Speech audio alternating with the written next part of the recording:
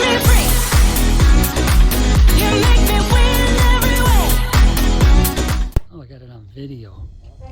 Mount Moriah Cemetery on Mount Moriah in Deadwood, South Dakota is the burial place of Wild Bill Hickok, Calamity Jane, and other notable figures of the Wild West. Mount Moriah's main attraction is Wild Bill's gravesite. Calamity Jane and Potato Creek Johnny are buried next to him. James Butler Hickok, born May 27, 1837, died August 2, 1876, better known as Wild Bill Hickok, was a folk hero of the American Old West, known for his life on the frontier as a soldier, scout, lawman, gambler, showman, and actor, and for his involvement in many famous gunfights.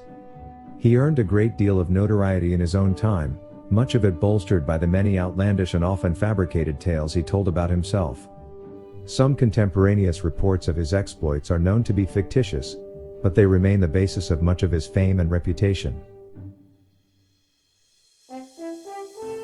Hickok was born and raised on a farm in northern Illinois at a time when lawlessness and vigilante activity was rampant because of the influence of the banditti of the prairie.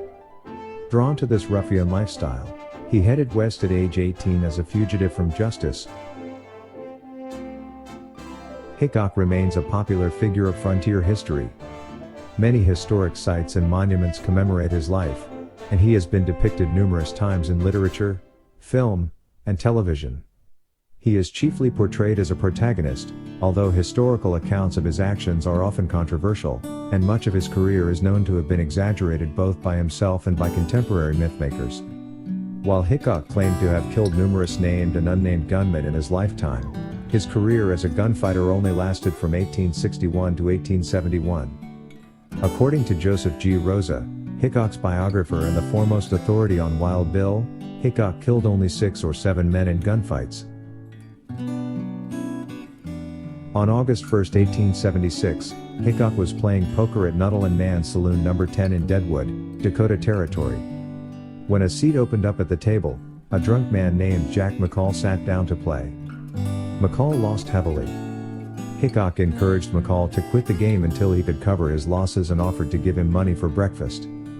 Although McCall accepted the money, he was apparently insulted.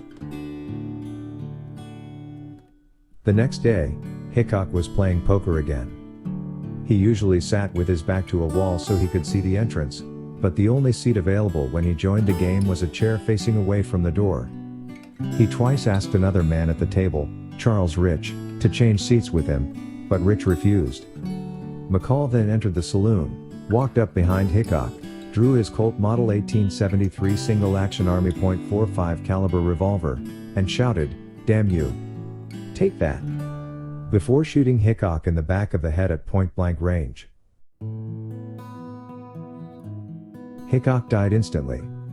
The bullet emerged through his right cheek and struck another player, riverboat captain William Massey, in the left wrist. Hickok may have told his friend Charlie Utter and others who were traveling with them that he thought he would be killed while in Deadwood. In the early years of Deadwood, there were 2 graveyards, the Ingleside Cemetery, which was part of the way up Mount Moriah and was filled quickly in the first few years it was open, and the Catholic Cemetery. Many prospectors, miners, settlers, prostitutes and children were buried within the Ingleside Cemetery, alongside Wild Bill Hickok and Preacher Smith. In the 1880s it was determined that the land where Ingleside Cemetery was located could be better used for housing. Most of the bodies there were moved up the mountain to Mount Moriah and reinterred. However, since many graves were unmarked or unknown, some were not moved. Today it is not uncommon for people working in their garden or remodeling a basement or shed to find human bones as a leftover from the Ingleside Cemetery days.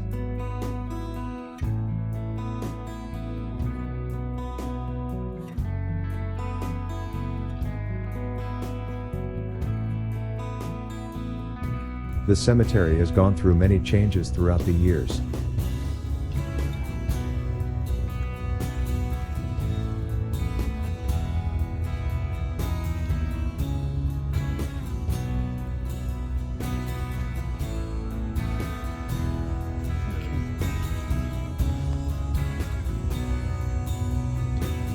All right, Jim, we're good.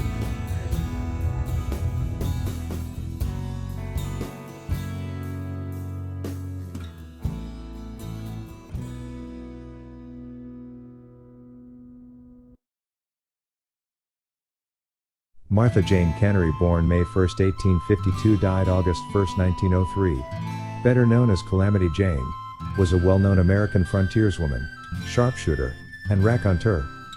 In addition to many exploits, she was known for being an acquaintance of Wild Bill Hickok. Late in her life, she appeared in Buffalo Bill's Wild West show and at the 1901 Pan American Exposition. She is said to have exhibited compassion to others, especially to the sick and needy. This facet of her character contrasted with her daredevil ways and helped to make her a noted frontier figure. She was also known for her habit of wearing men's attire. Her addiction to liquor was evident even in her younger years. For example, on June 10, 1876, she rented a horse and buggy in Cheyenne for a 1-mile joy ride to Fort Russell and back, but she was so drunk that she passed right by her destination without noticing it and finally ended up about 90 miles away at Fort Laramie. Jane returned to the Black Hills in the spring of 1903, where brothel owner Madame Dora Dufresne was still running her business. For the next few months, Jane earned her keep by cooking and doing the laundry for Dora's girls in Belle Fourche. In late July, Jane traveled by or train to Terry, South Dakota, a small mining village near Deadwood. It was reported that she had been drinking heavily while on board the train, and had fallen ill. The conductor, S.G. Tillett, carried her off the train. A bartender secured a room for her at the Callaway Hotel, and a doctor was summoned. Jane's condition deteriorated quickly, and she died at the hotel on Saturday, August 1, 1903, from inflammation of the bowels and pneumonia. Calamity Jane was buried at Mount Moriah Cemetery, South Dakota, next to Bill Hickok.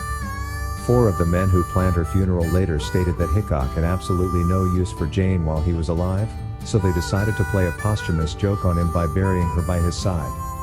Another account states, in compliance with Jane's dying requests, the Society of Black Hills Pioneers took charge of her funeral and burial in Mount Moriah Cemetery beside Wild Bill. Not just old friends, but the morbidly curious and many who would not have acknowledged Calamity Jane when she was alive, overflowed the First Methodist Church for the funeral services on August 4 and followed the hearse up the steep winding road to Deadwood's Boot Hill.